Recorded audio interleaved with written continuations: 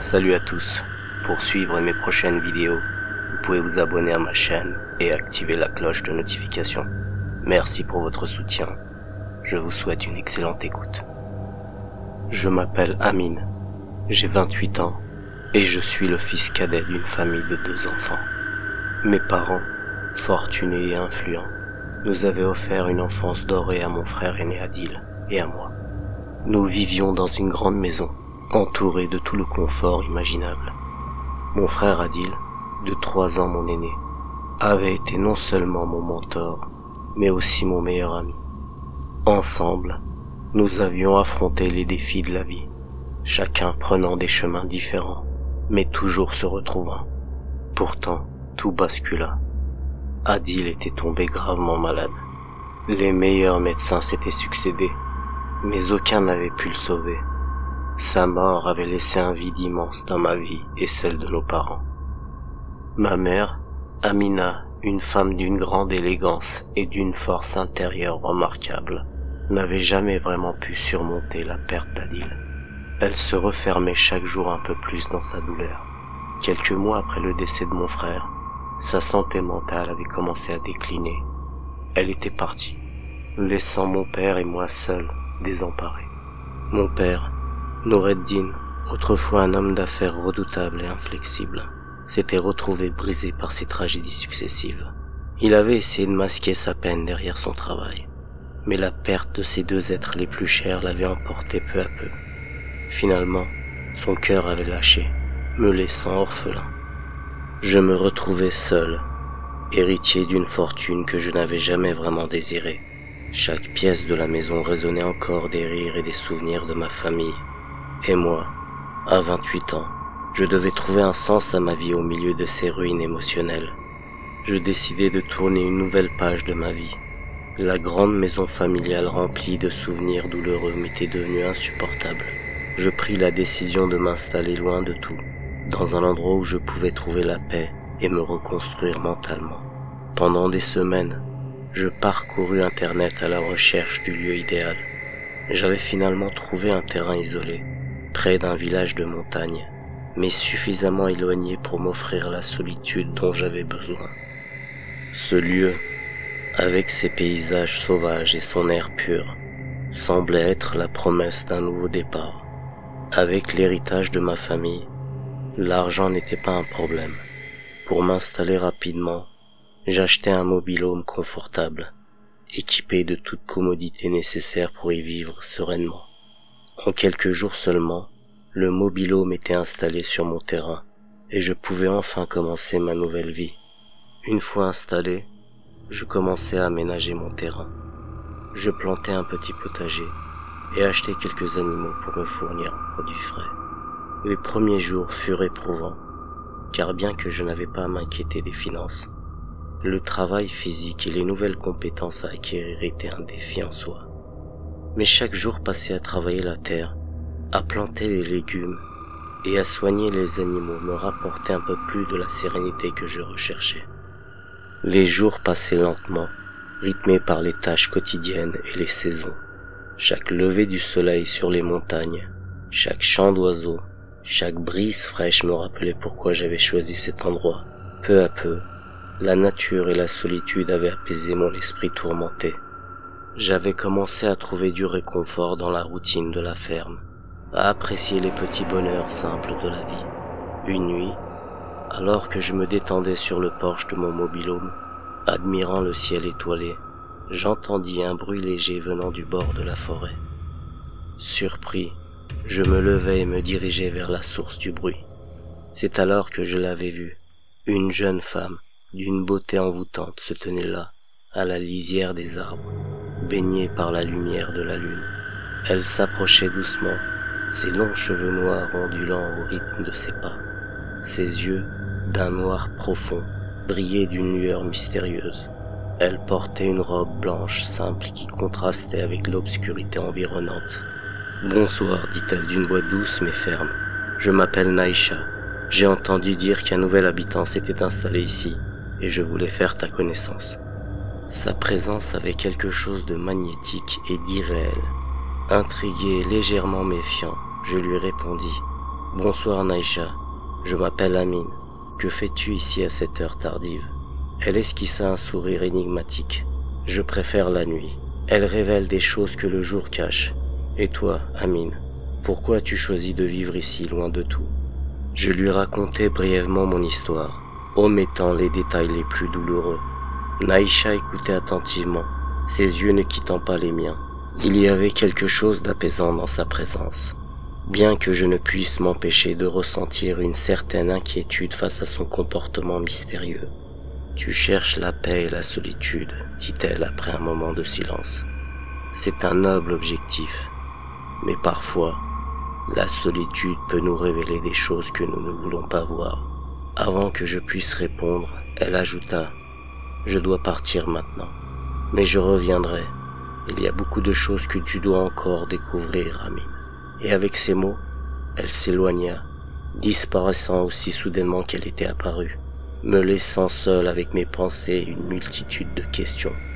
La nuit suivante, alors que je me trouvais de nouveau sur le porche, Naïcha réapparut, tout aussi mystérieusement que la première fois.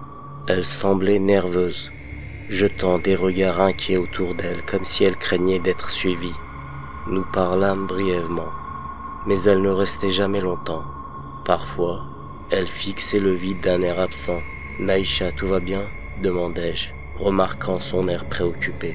Elle détourna les yeux. « On m'attend, je dois partir. » Elle se leva et s'éloigna rapidement, me laissant une fois de plus seul et perplexe. Plus tard cette nuit-là, alors que je me rendais à l'abri des animaux pour m'assurer qu'ils allaient bien, des bruits étranges commencèrent à se manifester autour de moi.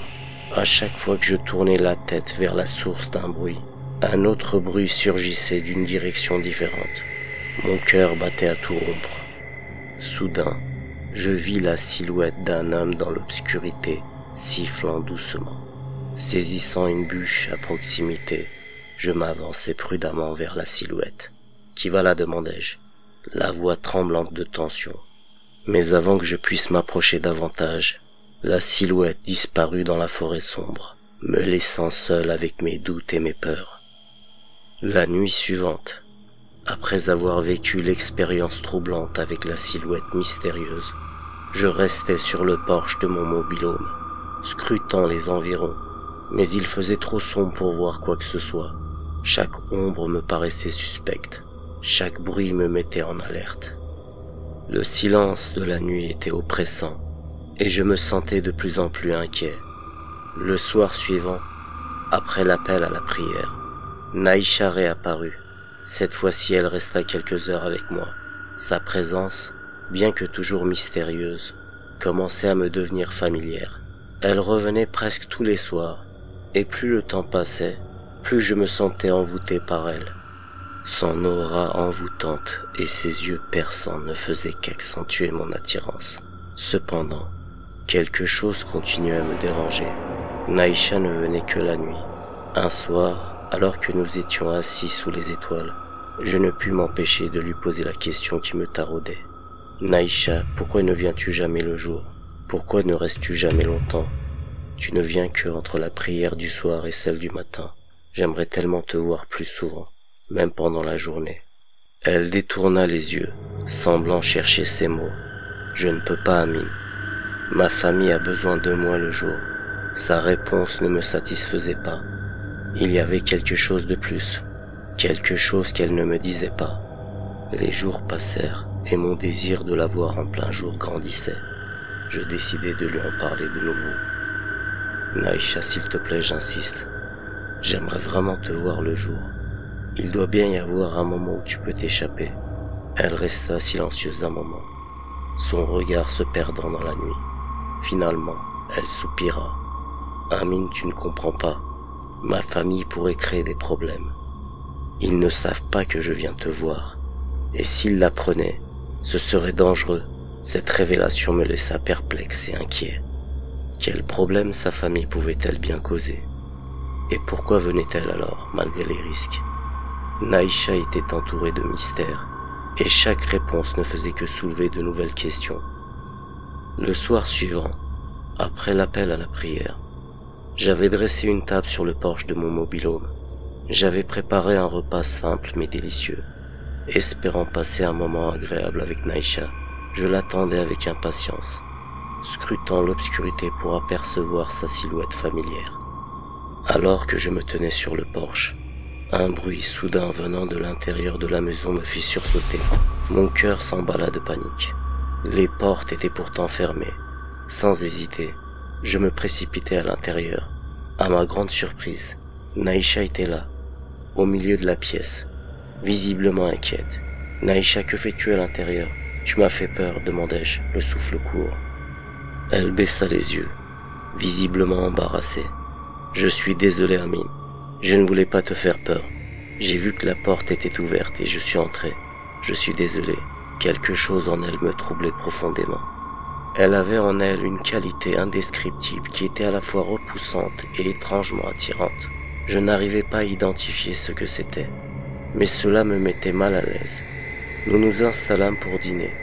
La conversation était agréable, mais une tension sous-jacente persistait. Après le repas, je m'excusai pour aller aux toilettes.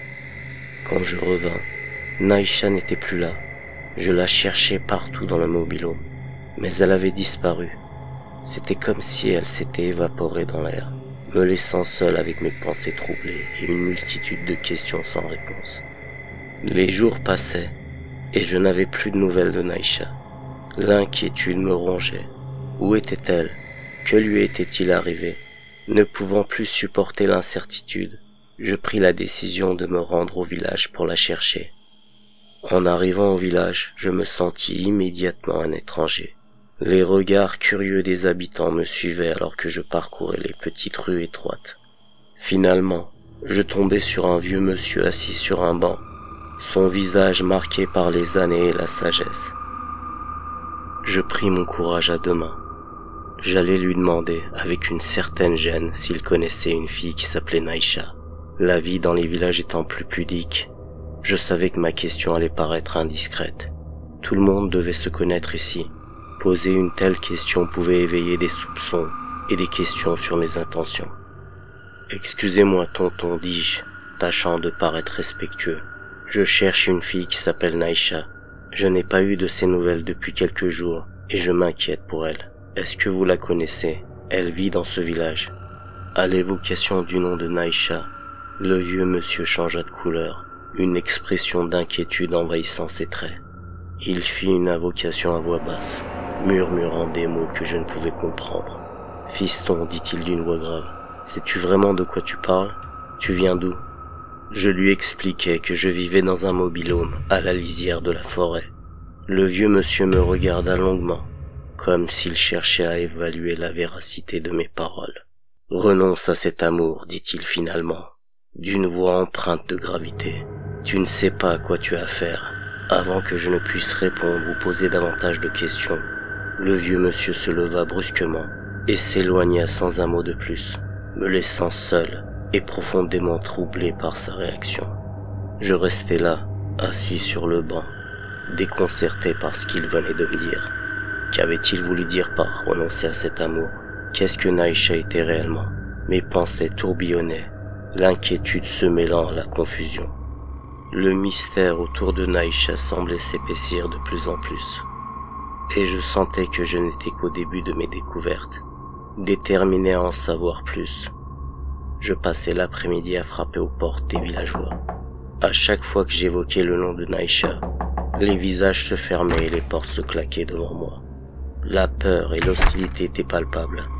Aucun des villageois ne voulait parler de Naïcha. Cette réaction me laissait perplexe et me mettait mal à l'aise. Découragé et troublé, je rentrais au mobil-home, me demandant quel genre de village c'était.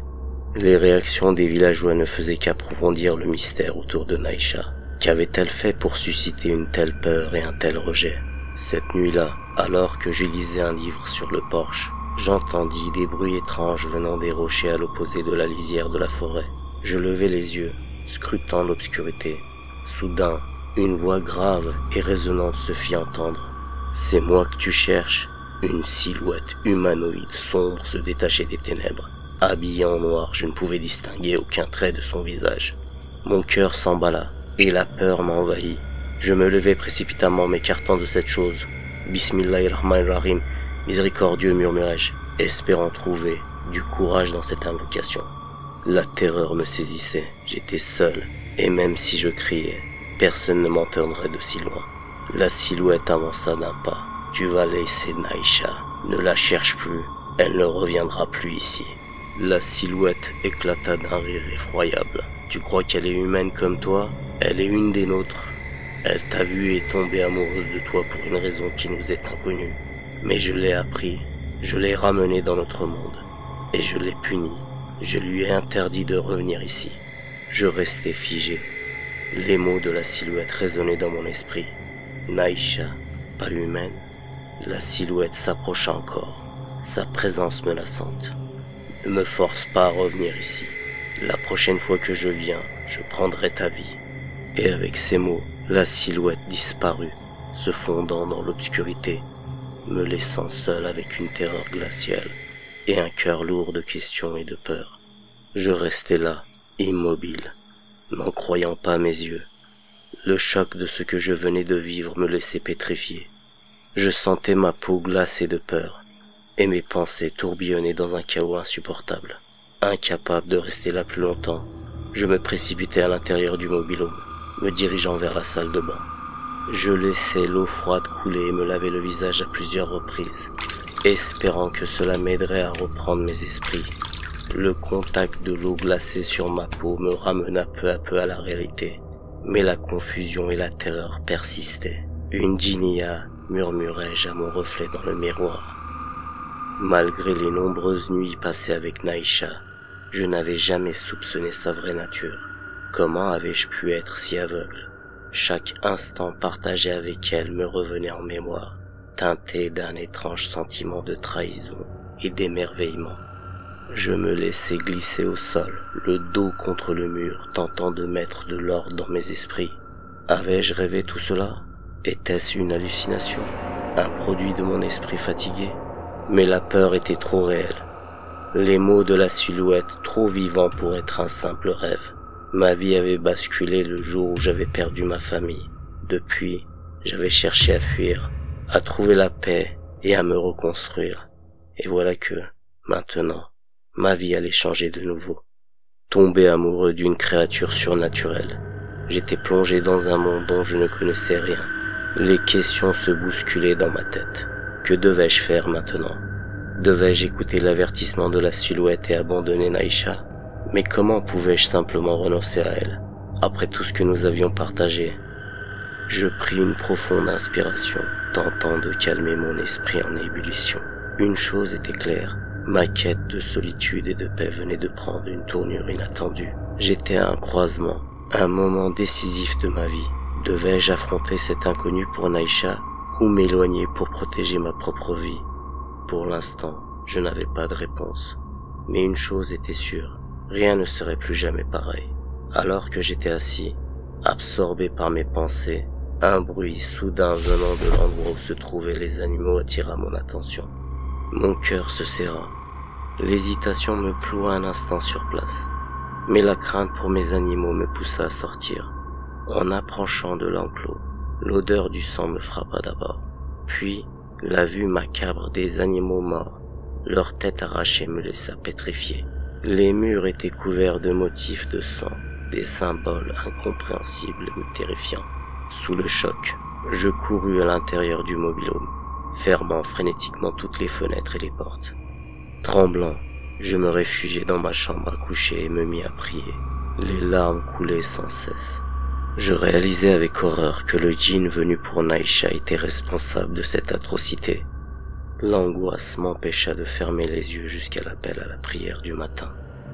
Dès les premières lueurs du jour, je me rendis à la mosquée du village, espérant y trouver aide et réconfort.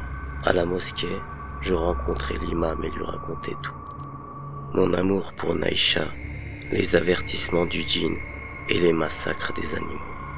Dès qu'il entendit le nom de Naïcha, il me fit signe de sortir de la mosquée pour continuer la conversation. Une fois à l'extérieur, l'imam me regarda avec gravité. J'ai entendu ce nom plusieurs fois, commença-t-il. Il y a plusieurs années, Il s'est passé quelque chose de très grave en relation avec ce nom. L'imam me raconta une histoire troublante. Il y a plusieurs années, un jeune homme du village nommé Farid avait fait la connaissance d'une fille appelée Naïcha. Personne ne la connaissait ici. Elle prétendait venir d'un autre village. Leur relation semblait innocente au début, mais Farid devint de plus en plus obsédé par elle. Puis un jour, Farid disparut. Nous l'avons cherché pendant des jours sans succès. Finalement, nous avons retrouvé son corps sans vie dans les rochers, pas loin du mobil-home où tu es installé. Les circonstances de sa mort étaient mystérieuses, et des symboles étranges étaient gravés sur les rochers autour de lui. Depuis, le nom de Naïcha évoque la peur et le mystère dans notre village. Fils, ce que tu as vécu est réel et dangereux. Naïcha n'est pas humaine. Elle appartient à un autre monde, un monde auquel nous ne devrions pas nous mêler. Renonce à cet amour pour ta propre sécurité. J'écoutais en silence, choqué par ce récit. Je compris que mon attachement à Naïcha avait attiré sur moi des forces que je ne pouvais pas contrôler. Ma vie avait changé de manière irrévocable, et je devais maintenant trouver un moyen de me protéger de ces dangers surnaturels. Encore sous le choc, je demandai à l'imam de m'accompagner pour lui montrer les étranges inscriptions sur les murs de l'abri des animaux. L'imam accepta, et ensemble, nous nous dirigeâmes vers l'enclos. En entrant, l'odeur de mort et de sang nous submergea. Les animaux étaient morts, leurs têtes arrachées, et les murs de l'abri étaient couverts de motifs sinistres et incompréhensibles. Au milieu de ces symboles, une phrase se détachait. « Quitte ces lieux si tu veux garder la vie sauve. Nous reviendrons pour prendre possession des lieux. » L'imam lut le message à haute voix, son visage se décomposant. « Regarde Amine, dit-il avec gravité. Tu n'as pas lu ce qu'ils t'ont écrit. Tu as de la chance qu'ils ne t'aient pas tué. Cet avertissement est sérieux. Il faut partir au plus vite. » Je sentis la peur s'insinuer en moi, alors que les mots de l'imam résonnaient dans l'air lourd. Soudain, la porte de l'abri se referma violemment derrière nous, nous enfermant dans une atmosphère glaciale. L'imam et moi tremblions de peur, réalisant l'urgence de la situation. « Nous devons prier, quitter cet endroit immédiatement, » murmura l'imam, son ton empreint d'une urgence que je ne pouvais ignorer. Soudain, des djinns surgirent entre les planches de bois des murs. Leurs ombres sinistres se déplaçaient autour de l'abri, créant une atmosphère oppressante. L'imam murmura d'une voix grave, « Voilà ces entités maléfiques. » Il me demanda de réciter en boucle l'invocation du Besmella. « A'udhu billahi minash shaitanir rajim. » Je cherche refuge auprès d'Allah contre Satan le maudit, tandis qu'il même entamait des prières supplémentaires. Les djinns commencèrent à jeter des pierres sur l'abri, de plus en plus nombreux à mesure que le temps passait. Les prières semblaient les empêcher d'entrer complètement, mais je commençais à paniquer face à la situation. L'imam interrompit brièvement ses prières pour me réconforter, m'encourageant à me ressaisir et demander de l'aide au Tout-Puissant. À peine l'imam avait cessé de prier qu'une vingtaine de djinns réussissèrent à traverser les murs et à entrer dans l'abri. Nous encerclant, l'imam me tendit son téléphone, m'ordonnant d'appeler dans son répertoire Maître Yassine, lui demandant de venir nous aider sur l'ancienne route du village. Je pris le téléphone, réalisant que l'imam voulait continuer à prier pendant que j'appelais son Maître Yassine. Sinon les djinns nous auraient attaqués. L'imam fit signe de le suivre en silence, et nous nous échappâmes de l'abri tant bien que mal, nous frayant un chemin jusqu'à la voiture. Dans la voiture, l'imam et moi nous dirigeâmes rapidement vers une cabane située en aval de la route. Une horde de djinns surgit de toutes parts, leurs yeux rouges brillant dans l'obscurité de la nuit. Les djinns, agressifs et déterminés, forçaient leur avancée vers la voiture alors que nous tentions de nous frayer un chemin jusqu'à la cabane. Arrivés à la cabane, nous fûmes accueillis par Maître Yassine, un homme aux cheveux et à la barbe blanche, qui nous remit les clés de la cabane. Je pris les clés avec empressement, conscient de l'urgence de sécuriser notre refuge. Ensemble, nous entrâmes rapidement dans la cabane. À l'intérieur, dans le calme relatif de la cabane, nous fermâmes les fenêtres et les portes, assurant ainsi une barrière physique contre les djinns qui nous poursuivaient. L'imam et son Maître Yassine commencèrent à prier, récitant des versets sacrés pour éloigner le mal et protéger notre refuge des forces obscures qui nous avaient traqués. Dans cette atmosphère de tension et de mystère, je sentis une vague de soulagement mêlée à la peur. J'étais loin d'imaginer que mon désir d'amour avait déclenché une série d'événements surnaturels et dangereux, bouleversant ma vie paisible et me plongeant dans un combat pour ma survie contre des forces que je ne comprenais pas complètement. Dans la cabane sécurisée, Maître Yacine sortit de son sac des amulettes et me demanda de les accrocher stratégiquement au mur, espacées de manière à créer une barrière protectrice contre les entités maléfiques. Pendant ce temps, il s'adressa à l'imam Ahmed avec gravité. « Pour l'amour du Tout-Puissant, qu'est-ce qui vous est arrivé ?» L'imam, visiblement épuisé, demanda de l'eau, et Maître Yacine me montra où trouver de l'eau dans le réfrigérateur. Après avoir bu quelques gorgées d'eau pour se rafraîchir, l'imam Ahmed raconta toute l'histoire à son maître. Maître Yacine se tourna vers moi avec une expression pleine de compassion. « Mon fils, comment n'as-tu pas vu qu'elle n'était pas humaine ? Ils se trahissent toujours avec des signes distinctifs comme des jambes extrêmement arquées, un œil plus bridé que l'autre, ou des oreilles pointues. Ils ne peuvent pas nous tromper en prenant une apparence parfaite comme la nôtre. Dieu nous protège de cette manière. Ton amour pour elle t'a-t-il rendu aveugle à ce point ?» Je baissai la tête avec un soupir de résignation. « Vous avez raison, murmurai-je. Ils vont revenir. Nous sommes en sécurité ici cette nuit, mais dès que nous sortirons, ils nous attaqueront. » Dans la cabane sécurisée, entourée par des amulettes protectrices et des prières continues, nous nous préparions mentalement pour des épreuves à venir, conscients que la bataille contre les forces surnaturelles n'était pas terminée. Les hommes de religion se concertèrent rapidement et décidèrent d'écrire des prières protectrices sur les murs, en préparation de la ruqya pour moi lors de la prière du matin. Il ne restait que quelques heures avant l'appel à la prière. Le maître Yacine demanda à chacun de faire ses ablutions, préparant ainsi l'ambiance pour les prières à venir. Pendant ce temps, je tentais désespérément d'appeler de l'aide par téléphone, mais personne ne répondit à cette heure tardive. Les jets de pierre commencèrent à frapper la cabane, signe que les entités surnaturelles approchaient. « Ils arrivent » murmura Maître Yacine. « Soyez silencieux et soyez prêts. » Nous nous postâmes près des fenêtres fermées, observant discrètement à travers les rideaux. Dans la nuit obscure, les yeux rouges des créatures se déplaçaient, visibles à des dizaines, voire des centaines autour de la cabane. Les pierres continuaient de pleuvoir, accompagnés de hurlements stridents semblant à ceux des loups affamés. Les jets de pierre durèrent plus d'1 heure, rendant chaque minute interminable. Finalement, alors qu'il ne restait qu'1 heure avant l'appel à la prière, les bruits cessèrent. La voie semblait libre à l'extérieur, mais nous savions que ce répit pouvait être de courte durée.